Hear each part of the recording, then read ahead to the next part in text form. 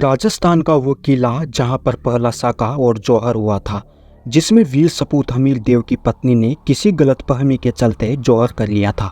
इस किले का एक सच ये भी रहा था कि राजा हमीर देव चौहान ने अपना सिर काटकर भगवान सिंह के चरणों में चढ़ा दिया था।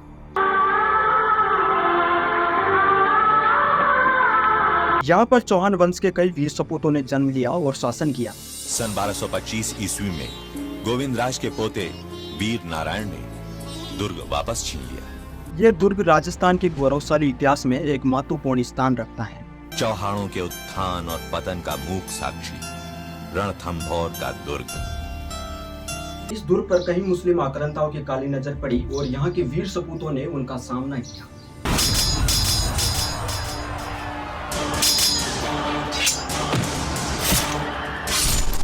नमस्कार दर्शकों, स्वागत है आप सबका। आज हम आपको इस दुर्ग के गौरवशाली इतिहास और हमीर देव चौहान की वीर गाथा आपको सुनाएंगे। हम आपको बताएंगे कि कैसे अलाउद्दीन खिलजी को यहाँ से उल्टे पैर भागना पड़ा था, और साथ में ये भी बताएंगे कि किस गलतफहमी की वजह से इस दुर्ग की रानियों ने जौहर कर लिया था। जय भवानी! जय भवानी! जय भवानी! हम आपको ये भी बताएंगे कि क्यों राजस्थान की वीर सपूत हमीर देव चौहान ने अपनी गर्दन काटकर भगवान शिव के चरणों में अर्पित कर दी थी। जिस गर्व से सर उठा आज तक चौहान जीवित रहे, उस गर्व से मुझे भी मरने का आशीष दो मां। तो बने रहिए आप हमारे साथ इस डॉक्यूमेंट्री वीडियो में।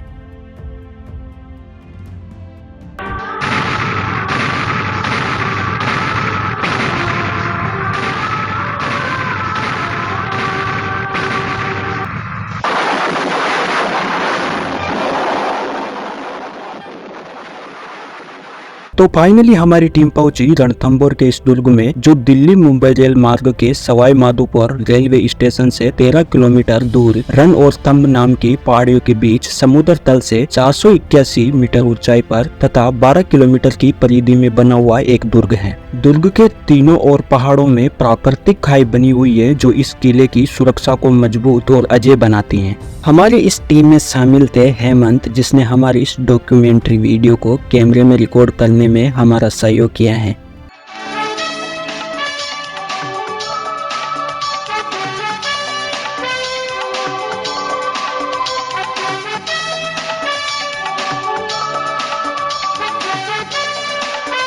हमारी इस टीम के दूसरे सदस्य हैं धर्मराज, जिन्होंने यहाँ के इन्वायरमेंट को अपने कैमरे में कैद किया, जिन्होंने मेरे भी बहुत सारे फोटोज क्लिक किए।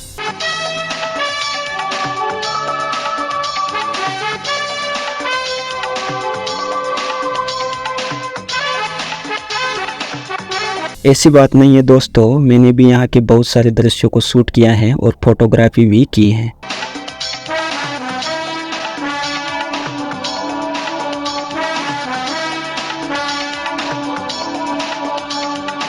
चलिए अब जानते हैं इस दुर्ग के गौरवशाली इतिहास के बारे में। मैं अपनी टीम के साथ कोटा से निकला सवाई माधोपुर के लिए। रास्ते में रुककर हम सब ने कुएं में बाल्टी डालकर पानी खींचा और हमारी टीम के मेंबर हेमंत, धर्मराज और मैंने पानी पीकर अपनी अपनी प्यास बुझाई, और फिर हमने वहां के मंदिरों, सड़कों और पेड़ पौधों के प्राकृतिक सौंदर्य का आनंद लिया और कई तस्वीरें भी खींची। और फिर फाइनली हम पहुंच गए रणथंभौर के दुर्ग में। हमने इस दुर्ग के मेन गेट से होकर प्रवेश किया, जिसे नौलखा गेट कहते हैं। इस नौलखा गेट का निर्माण जयपुर के महाराजा जगत सिंह ने करवाया था, जो इस दुर्ग का मेन गेट है। फाइनली दोस्तों, अब हम रणथंभौर के मेन एंट्री गेट में प्रवेश कर चुके हैं। इस रणथंभौर दुर्ग का निर्माण शुरू करवाया था महाराजा जयते सिंह ने 5वीं सदी में। पहले राजा महाराजा जब कोई निर्माण शुरू करवाते थे तो वो 5 देव पधरवाते थे रक्षा के लिए। ये बहुत ही पुरानी मान्यता है। तो ये 5 देव हैं भोलेनाथ, हनुमान, गणेश, पार्वती और भैरव, जो आप यहाँ साफ देख सकते हैं। ये इन 5 देवों की प्रतिमाएं 5वीं सदी की बनी हुई हैं। इस रणथंभौर फोर्ट में 1500 फीट की खाइयां बनी हुई है और कोई भी पहाड़ इनके टच में नहीं है, जिससे दुश्मन की सेना पहाड़ियों पर चढ़कर भी इस दुर्ग में प्रवेश नहीं कर सकती। दुश्मन इस किले में प्रवेश करने के लिए आगे दरवाजे से होकर ही आ सकता है। इस किले में खास बात यह है कि इसमें खड़े पहाड़ हैं, स्तंभ पहाड़ हैं। अब हम पहुंच चुके हैं दूसरे नंबर के गेट पर, जिसे बोलते हैं हाथी पोल।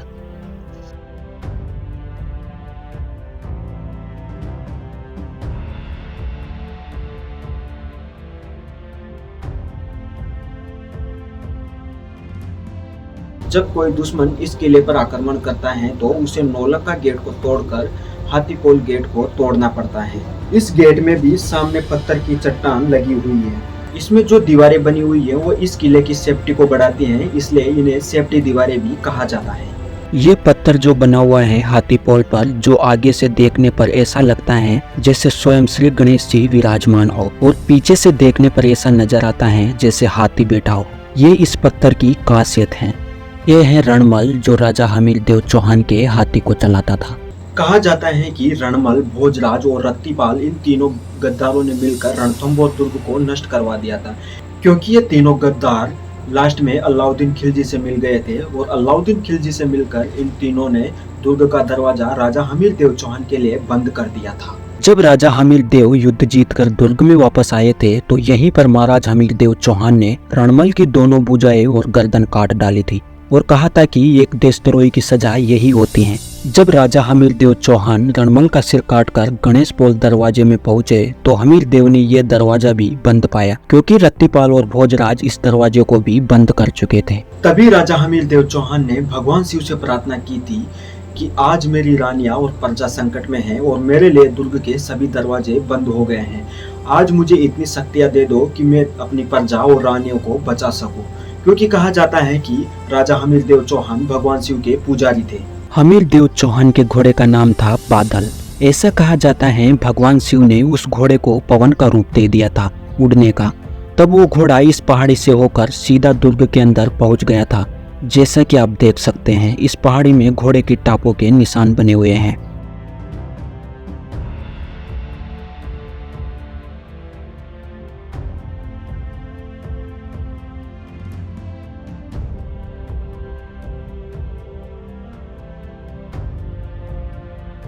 चलिए दोस्तों, अब कैमरे के साथ कुछ फोटोग्राफी एंजॉय करते हैं।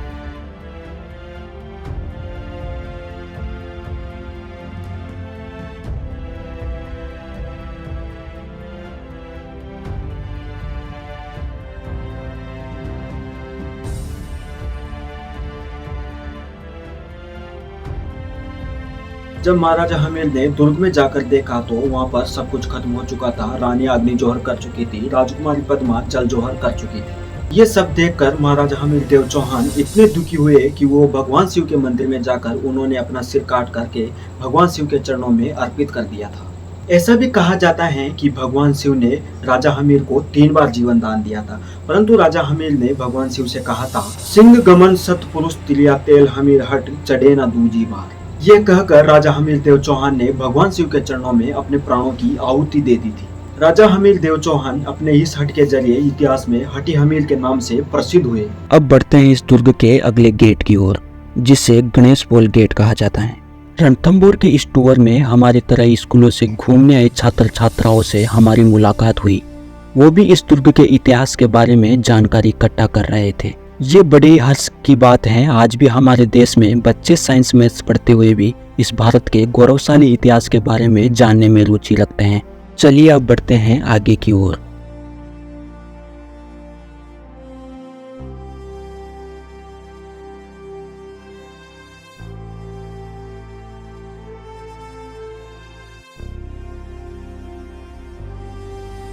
अब देखिए, यहाँ पर लगा हुआ है एक मोनूमेंट जिस पर लिखा हुआ है वर्ल्ड हेरिटेज मोनूमेंट, विश्वदायी स्मारक। इस पर साफ लिखा हुआ है कि ये स्थल मानवता के लाभार्थ संरक्षण के योग्य है। आप इसको यहाँ साफ देख सकते हैं।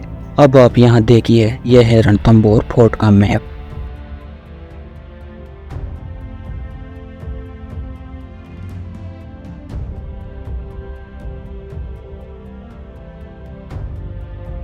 यहाँ देखिए, यहाँ बना हुआ है भगवान शिव का मंदिर।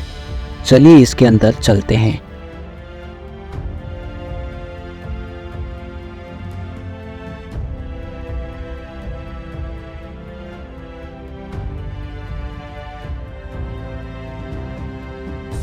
देखिए, यहाँ पर भगवान शिव का शिवलिंग और नंदी महाराज की प्रतिमा बनी हुई है।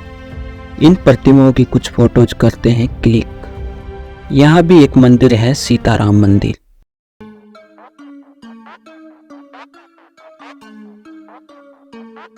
दोस्तों, अब दिन के 3 बज चुके हैं और अब हम काफी थक चुके हैं। चलिए थोड़ा सा माइंड को करते हैं रिलैक्स।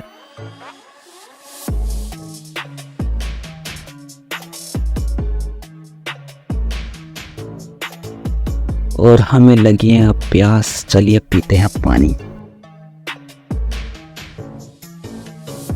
दोस्तों, रणथंभौर फोर्ट की जर्नी अभी बाकी है। दोस्तों, इस रणथंभौर फोर्ट में 5 लेक हैं और ये हैं जंगाली लेक, जो आम प्रजा के लिए हैं। जो आप यहाँ तालाब देख रहे हो, यहाँ पर राजा की प्रजा स्नान वगैरह करती हैं। नमस्कार दर्शकों, स्वागत है आप सबका एक बार फिर से हमारे चैनल श्री देव टीवी पर। और आज हम फिर से आए हैं रणथंभौर के एक विशाल दुर्ग में। वीरता और शौर्यता का परिचय माना जाता है इस दुर्ग को, जहां पर राजा हमीर ने कितने युद्ध लड़े। कहा जाता है कि जैसे चित्तौड़गढ़ में जौहर हुए थे, अग्नि जौहर, और यहाँ भी जल जौहर हुआ था।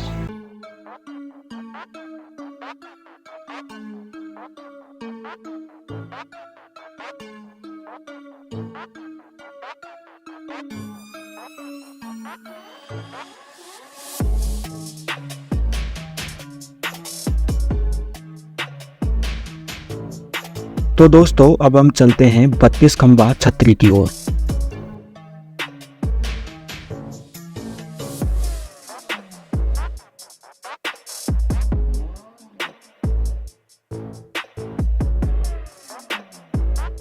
इस 32 खंभ छतरी का निर्माण महाराजा हमीर देव चौहान ने अपने पिता महाराजा जयंत की याद में करवाया था, क्योंकि कहा जाता है कि महाराजा जयंत ने यहाँ पर 32 वर्ष तक राज किया था। राजा हमीर देव चौहान हर वर्ष एक छतरी का निर्माण करवाते थे, इसलिए इस छतरियों का नाम दिया गया 32 खंभ छतरी।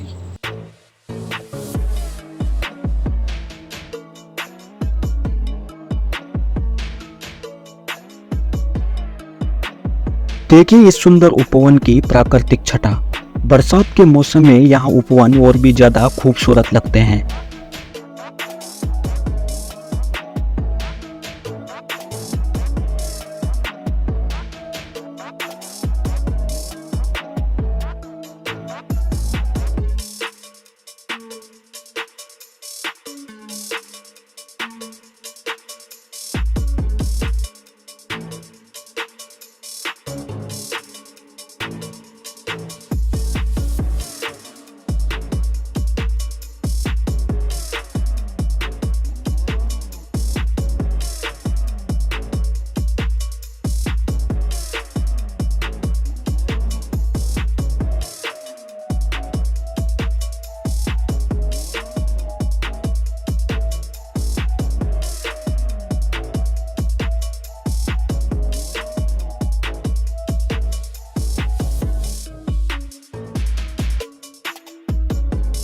दोस्तों, आप जो ये तालाब देख रहे हो, ये है पद्मला तालाब, जहाँ राजा की पुत्री ने जल जौहर किया था।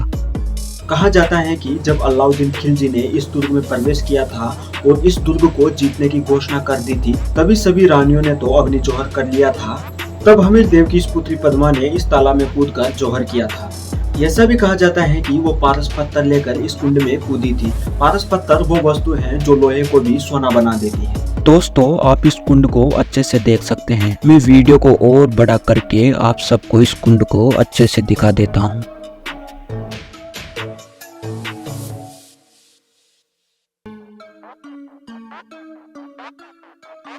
यहाँ पर देखिए, यहाँ एक बोर्ड भी लगा हुआ है जिसमें इस कुंड में प्रवेश करने के लिए मना किया गया है।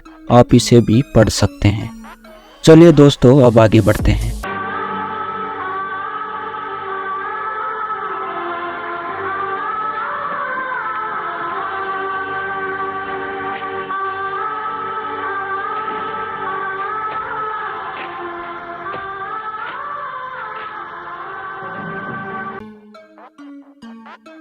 तो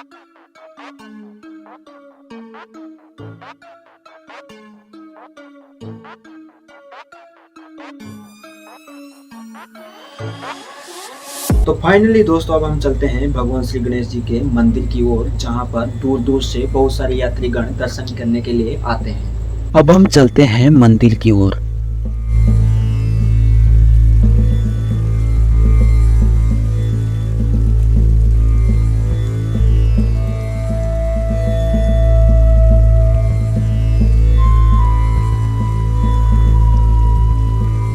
तो दोस्तों अब यहाँ से कुछ पूजा प्रसाद खरीद लेते हैं।